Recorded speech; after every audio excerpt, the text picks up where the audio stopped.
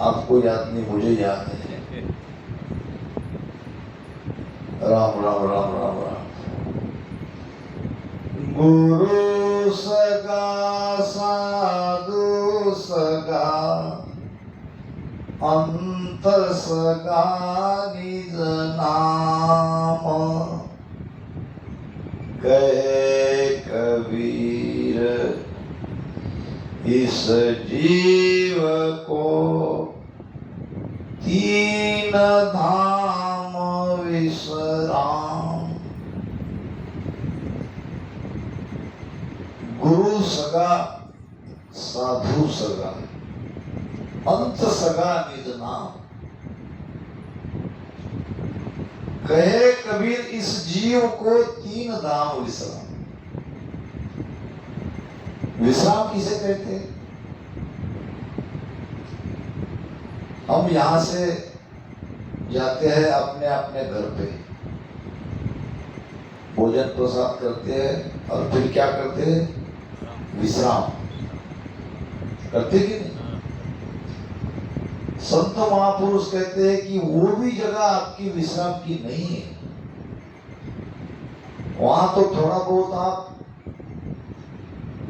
Late सकते हो, थोड़ा सा आराम कर सकते हो, मगर वहां चैन नहीं, वहां विश्राम नहीं। रात में सोते हुए भी सारे काम याद आते हैं, मन भटकता है, नींद भी ठीक से आती नहीं है। जहां नींद ना आए, जहां मन भटके, जहां चित्त को चैन न मिले, वो जगह विश्राम की नहीं हो सकती। घर तो बहुत बढ़िया बढ़िया बना लिया, सारी सुविधा लाके उसमें जुटा ली, मगर अंदर से मन बेचैन है, आत्मा तड़प रही है, चित्त कहीं नहीं लग रहा है, तो वो विश्राम विश्राम नहीं कहलाएगा। और जिस परिवार में हम रह रहे हैं तो वो भी हमारे सगे। संतों ने बहुत दूर की बात कही है, संत बहुत दूर की देखते हैं, हम नजदीक की देखते हैं। ये हमारे सारे सगे होते हुए भी हमारे अपने नहीं है। ये सभी कर्म का बदला चुकाने के लिए परिवार में आए हैं और लेना देना मिट गया, चले अपने वापस। तो जाने वाले कभी हमारे सगे नहीं हो सकते।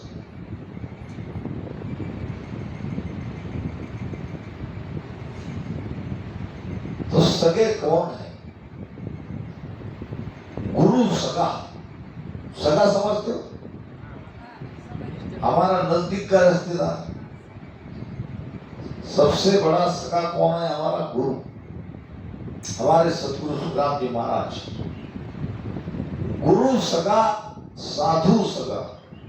यहाँ बैठे हैं, सब साधना करने वाले हैं, सब भजन सुमिरन करने वाले हैं। तो भजन सुमिरन करने वाले हमारे हैं, हमारे अपने हमारे नहीं है। देख लो, वहां का प्रेम स्वार्थ से भरा है, यहाँ का प्रेम निस्वार्थ है। हमें किसी से कुछ चाहिए, फिर भी कितने आनंद से मिलते हैं। राम राम साहब, राम राम साहब है, राम राम साहब भाई। अंतरिक्ष अंतरात्मा से ये प्रेम झलकता है। और परिवार के साथ देखो हमारा रिश्ता कैसा है। प्रेम तो वहां भी है, वहां केवल प्रेम मन का है, मन से जुड़े हैं, मन का नाता है।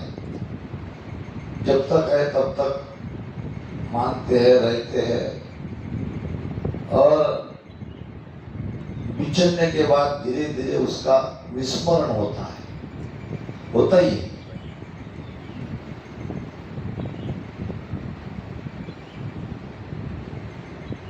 गुरु सगा साधु सगा अंत सगा निज नाम। ये निज नाम, ये कुदरत कला, ये नियंचर, ये सत्सबद, ये हमारा सगा है। अंत में तो यही सगा है, यही हमको इस भवसागर के चक्कर से बाहर निकालते हैं, ये हमारी सुरती को खींच लेते हैं। जैसे लोहा कितना भी वेटेड क्यों न हो,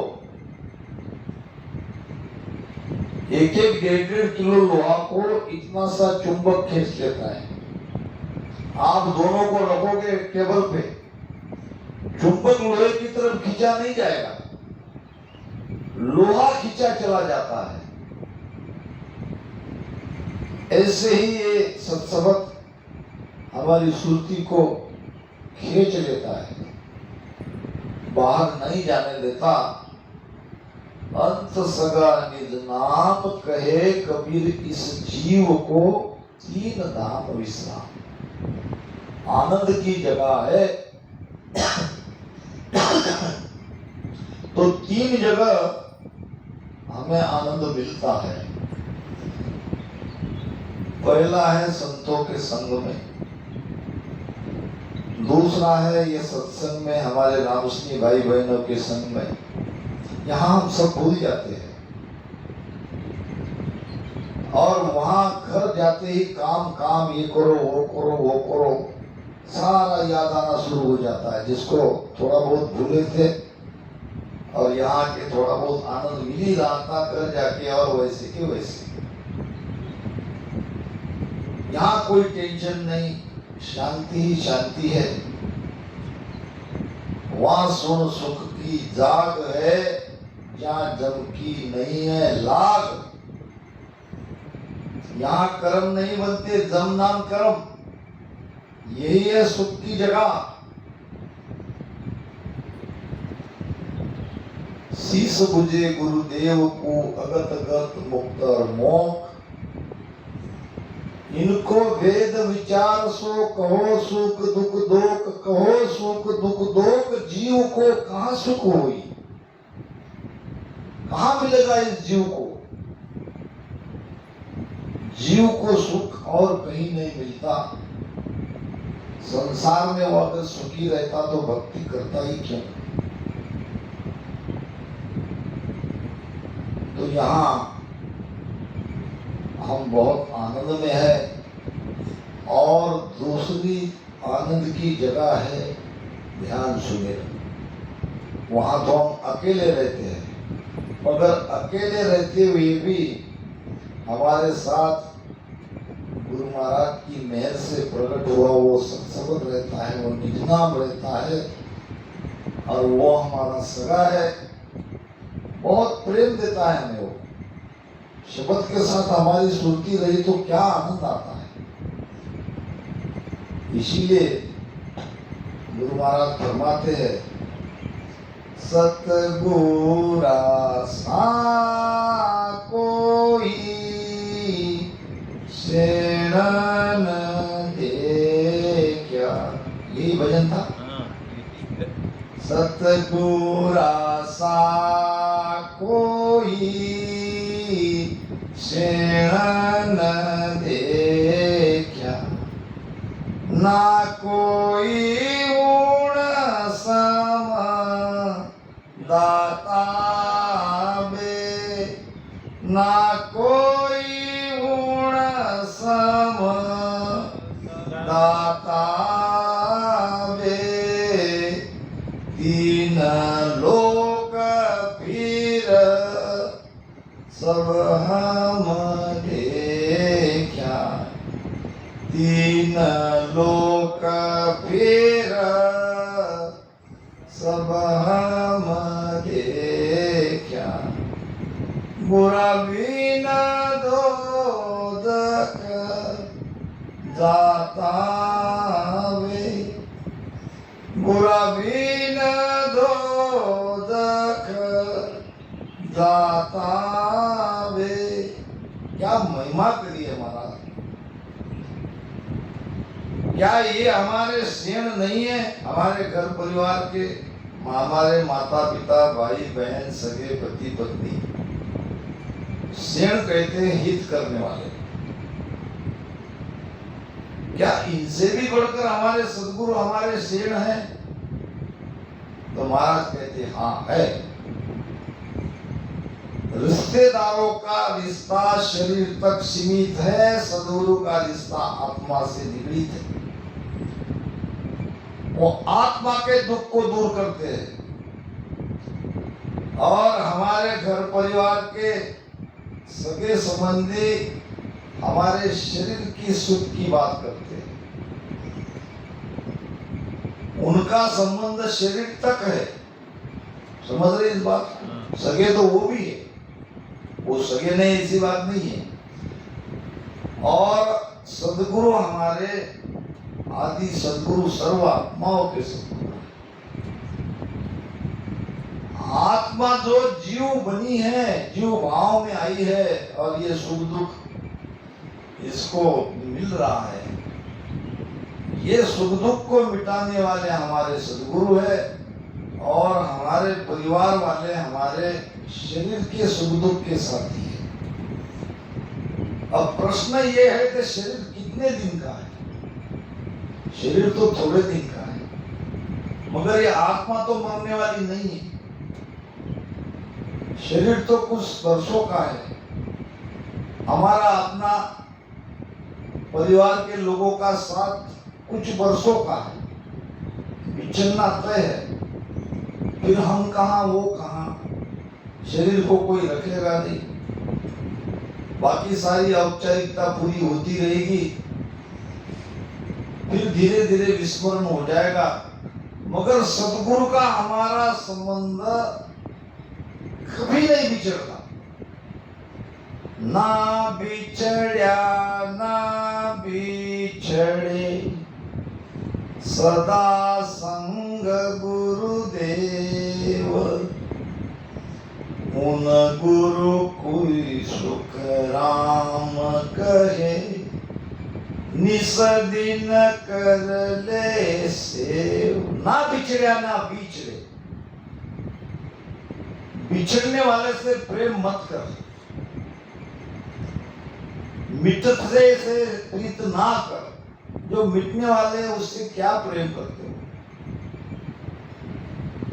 प्रेम करना है तो सदगुरु से करो, राम नाम से करो, राम श्री भाई बहनों से करो, ये हमारे सगे है।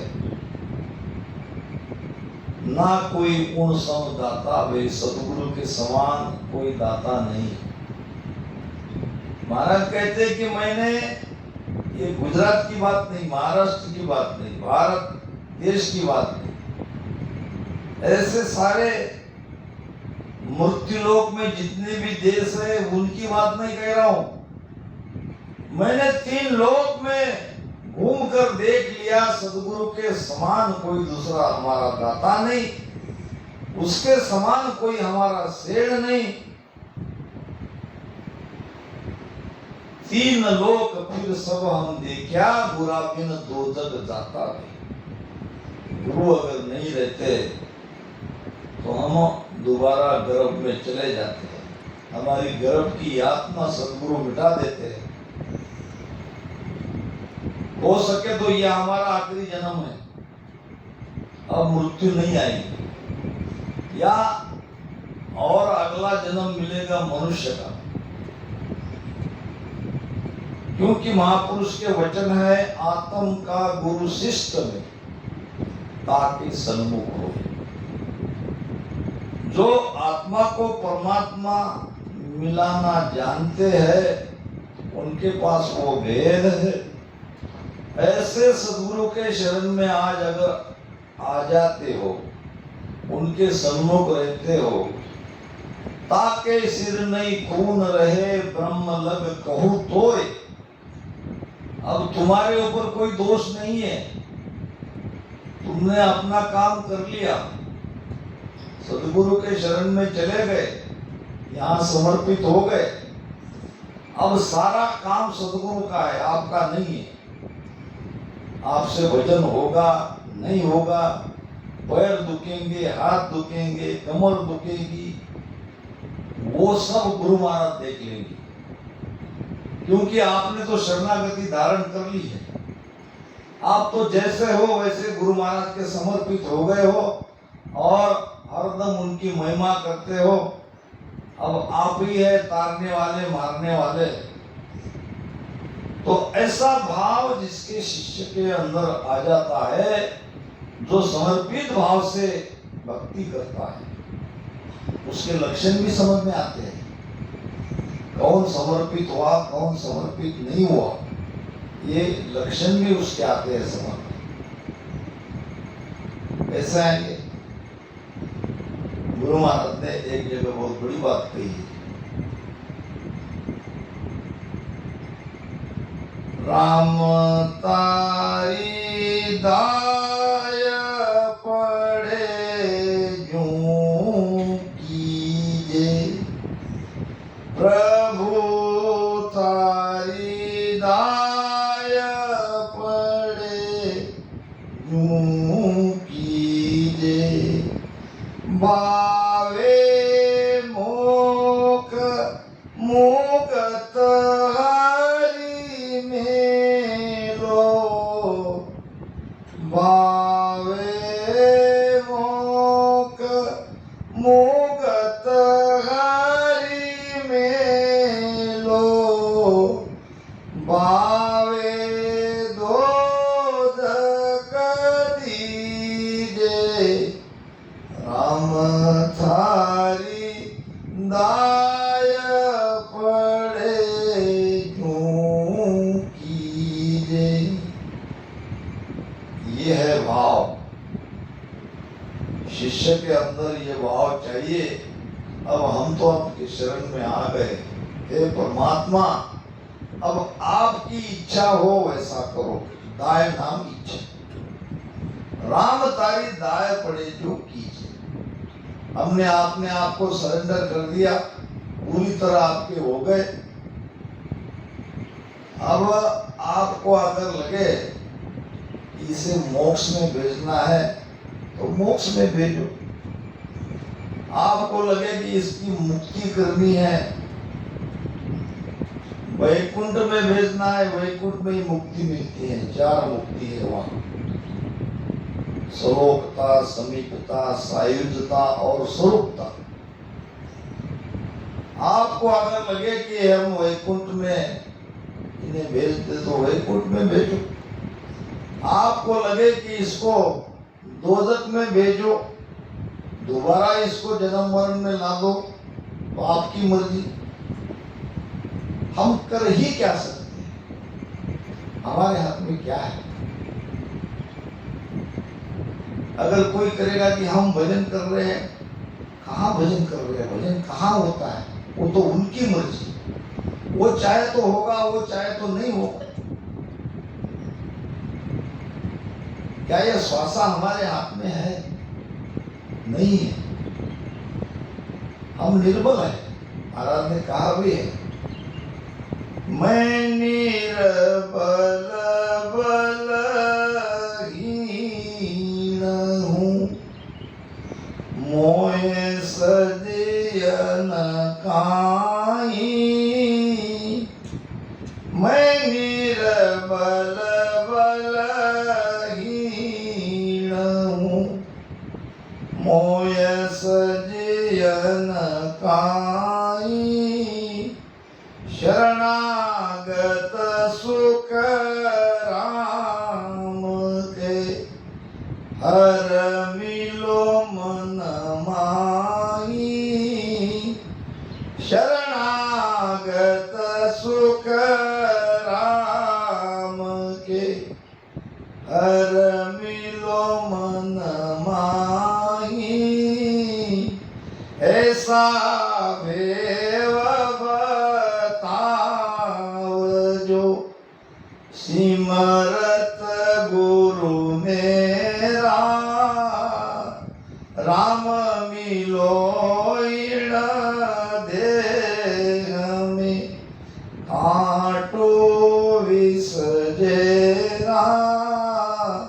ऐसा भेव बताव जो। राम जी निर्बल का आधार है। सूरदास जी महाराज रास्ते से जा रहे थे, दोनों आंख से अंधे थे और चलते चलते रास्ता भटक गए। रास्ता इधर रह गया और वो आगे बढ़ने लगे नीचे की खाई।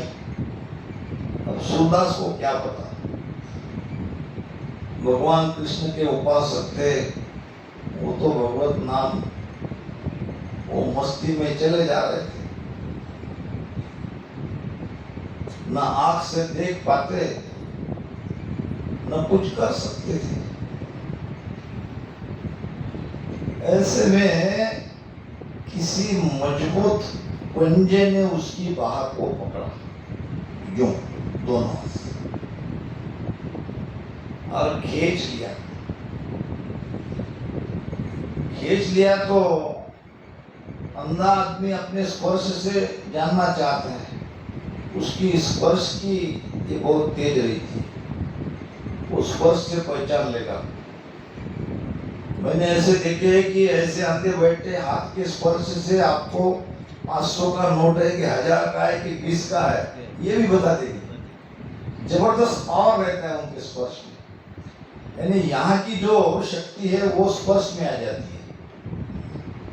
ऐसा ऐसा उन्होंने छुआ, बहुत ही मुलायम हाथ। सोचा ऐसा हाथ तो मनुष्य का हो ही नहीं सकता। फिर ये कौन है मुझे बचाने वाला, मुझे खींचकर सही रास्ते पे लाने वाला? ये तो मेरे भगवान के अलावा दूसरा कोई हो ही नहीं सकता। जब ये विश्वास हो गया तो उसने हाथ पक्का पकड़ लिया, भगवान को छोड़ेंगे, अब तो मिले हो मुश्किल से, आप कैसे छोड़ूंगा?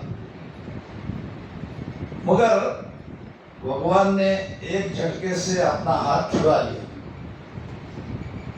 छुड़ा लिया तो सुंदर जी कहने लगे, बाहर छुड़ा के जात हो, निर्बल जान के मोह। मुझे तुम निर्बल समझ रहे हो, मैं निर्बल तो हूं और अंधा भी हूं, और मेरी बाह तुम छोड़कर जा रहे हो।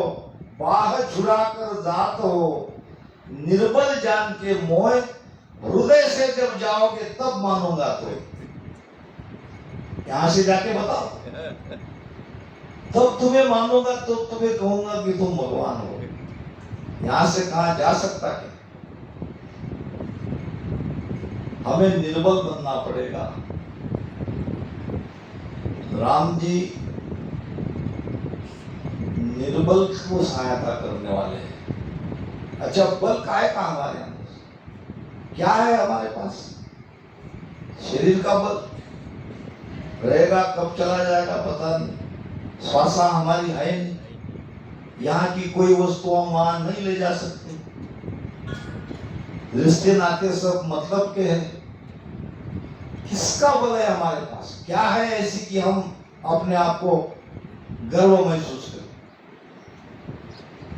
एक भक्ति और भजन का गर्व कर सकते हो, हाँ हम रामसिंह हैं, हम भजन करते हैं, हम परमात्मा के शरण में है, गुरु महाराज के शरण में है, इतना गर्व कर सकते हो। तो इसके लिए भी निर्बल बनना पड़ेगा। मैं निर्बल बलहीन हूं, मैं सजियन काई। नहीं समझ रहा मुझे कैसे भजन करूं, कितना भजन करूं। मैं तो केवल आपके शरण में हूं, इतना मुझे पता है कि मैंने आपकी शरणागति पूरी तरह से ले रखी है। जैसा आप कहेंगे वैसा मुझे जीवन व्यापन करना है, ज्ञान के आधार से चलना है, ज्ञान में जैसा कहा है वैसा रहना है। यह है शरणागति। गुरु बेचे बिक जाए, हर्ष मन माय बदावे। क्या गुरु कभी बेचते क्या? मगर हम तो गुरु के बिके हुए हैं, दे दिया हमने तन मन धन, और तन मन धन देने के बाद भी हमको हर्ष है। हाँ, हमने हमारे गुरुदेव को समर्पित कर दिया पूरा। यह है बेचना। गुरु बेचे बिक जाए, हर्ष मन माय बदावे। आप इस गाड़ी मुक्त, इसी तरह से पक्का होके हमको रहना है। शरणागति में ही रहना है। आप इत गाड़ी मोट कदे गोतो नहीं खावे। ऐसा शिष्य कभी गोता नहीं खा सकता, कभी वो धोखे में नहीं आ सकता।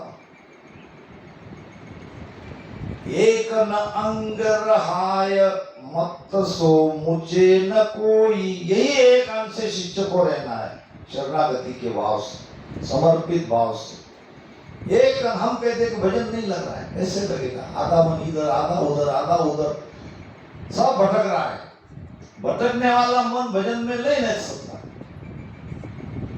इसलिए मैं बार बार मेरी कोशिश रहती है कि ये राम शब्द बहुत ही पावरफुल है, आप कल्पना नहीं कर सकते इतना पावर है ये राम शब्द में। राम शब्द की महिमा सारे शास्त्रों ने, वेदों में, पुराणों में सभी ने करी है। सब संतों का तो ये बहुत ही प्यारा शब्द है। परमात्मा कहते हैं न जानू कौन है मेरो नाम, भगवान कह रहे मुझे ये भी पता नहीं मेरा नाम क्या है। न जानो कौन है मेरो नाम, संता मुख सु सुन्या मैं राम। मगर मृत्यु लोक में ये भजन करने वाले सभी साधक संत राम राम राम राम कहते कहते मुझे मिलते हैं। ऐसा लगता है कि मेरा नाम राम हो सकता है, नहीं तो मुझे तो पता नहीं मेरा नाम क्या है, वैसे उसका नाम है भी नहीं। तेरो वार पार गणनामी, एक नाम में आवे, मेरे रामा एक नाम में आवे, के सुख राम संत जन सारा, के सुख राम संत जन सारा, राम राम कहे गावे। तेरो वार पार गण नामी, परमात्मा के हजारों नाम, कोई एक नाम थोड़ी है उसका। कहते हैं कि ये कोई गाय चराने वाला भोला वाला लड़का था, अनायास संतों के दर्शन का लाभ उन्हें मिल गया। जाके चरण छू लिए, ठंडा ठंडा जल संतों को पिलाया और पेड़ के छांव के नीचे अपना जो कुछ वस्त्र था बिछा के थोड़ी देर संत वहां लेट गए, आराम मिला। फिर जब संत उठे तो कहा कि आओ मैं तुम्हारा कल्याण करके जाता हूँ, क्योंकि तुमने मुझे मेरी सेवा की है।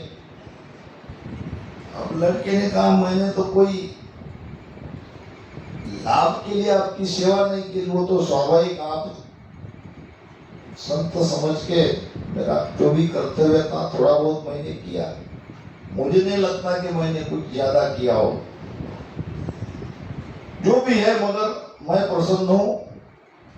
अब मैं तुम्हें भजन का भेद कह के जाता हूं। तो उसने बता दिया, सगुण भक्त थे, हमको तो केवल उसका सिद्धांत को लेना है। वो संत सगुण भक्त थे, उसने कहा देखो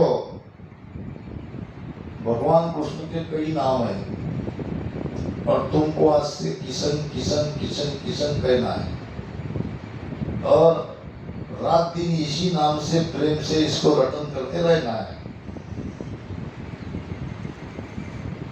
तो संत चले गए और वो लग गया किशन किशन किशन किशन करने। जाते जाते घर तक वही नाम चलता रहा। अब भोजन करते समय भी किशन किशन किशन। पत्नी ने कहा ये क्या पागलपन की बातें कर रहे हो, कुछ और बात नहीं, एक ही बात, किशन किशन किशन। उसने कहा चुप रहो, तुम मेरा नाम भुला दोगी। अब पत्नी को क्या पता, उसने और उसको पूछना शुरू किया, और बातों बातों में और ये खाने में वो नाम भूल गया। अब रात में याद आई, बहुत कोशिश किया कि क्या शब्द था, क्या शब्द था। अब फिर भूल गया, फिर करने लगा बिशन बिशन बिशन बिशन। तो इसको क्या हो गया आज? अभी किशन किशन कर रहा था, बिशन बिशन कह रहा है। अब वहां ऊपर भगवान विष्णु माता लक्ष्मी के साथ बैठे थे। अब इसका चल रहा था बिशन बिशन बिशन बिशन। अब वहां तक गया, आवाज भी आ रही थी। भगवान उठ के निकले मृत्यु लोक में। माता लक्ष्मी ने पूछा कहाँ जा रहे हो? देख नहीं रहे हो भगत मेरा नाम मुझे पुकार रहा है, वो तो बिशन बिशन कह रहा है, तुम्हारा नाम बिशन थोड़ी है। अरे भाई नाम में क्या पड़ा है, कुछ भी कहो मगर प्रेम और भाव देखो उसका, मुझे जाना चाहिए ऐसा। चलो मैं भी आके देखती हूँ तुम्हारा भगत सचमुच इतना प्रेमी है कि नहीं है। तो दोनों पति पत्नी आए, बुढ़ा बुढ़ी बन गई। बुढ़ा बुढ़ी समझते हो? हाँ। अब ये जाके बैठा था कुएं पे, बिशन बिशन बिशन बिशन बिशन। भगवान विष्णु छुप गए कुएं के अंदर में, और माता लक्ष्मी बुढ़िया बन के पानी निकालने लगी। उसने कहा बेटा ये किसका नाम ले रहे हो? चुप रहो माता जी, भुला दोगी नाम। बड़ी मुश्किल से याद आया, बिशन बिशन बिशन बिशन कह रहा। और वो बुढ़िया कहे बेटा ये किसका नाम ले रहे हो? अब आया गुस्सा, तेरे कसम का। कसम समझते हो? कसम नाम पति, उर्दू शब्द है। ये तेरे कसम का नाम ले रहा हो, पीछा छुड़ा ले, कह दिया। लक्ष्मी को आश्चर्य हुआ, ये तो जानता है, मुझे भी जान गया और मेरे पति को भी ये जानता है। और बेटा तुम मेरे कसम को जानते हो, ये बुढ़िया पीछे ही नहीं छोड़ रही है, मुझे ये नाम भुला देगी। उसने कहा हाँ तुम जाओ यहाँ से, मेरे कसम को जानते हो। बेटा कहाँ है? अब बहुत तकलीफ दे रही थी उसने, गुस्से से कहा वो कुएं में है।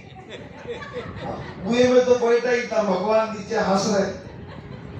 उसने कहा देखो भक्तों की कभी परीक्षा मत लो। तो कहने का मतलब नाम में कोई नहीं पड़ा है, आपके भाव और प्रेम ये महत्वपूर्ण है। और उसमें ये राम नाम बहुत शक्तिशाली है, इसमें अगर भाव प्रेम लगाते हो, राम नाम सुखराम कहे रटे प्रीत सु आए, प्रीति से। तो मोक्ष मुगत की क्या चली? क्या चली का मतलब क्या? ये तो बहुत आसान है। मोक्ष मुक्ति तो आपको मिल ही जाएगी, परम मोक्ष जल जाए।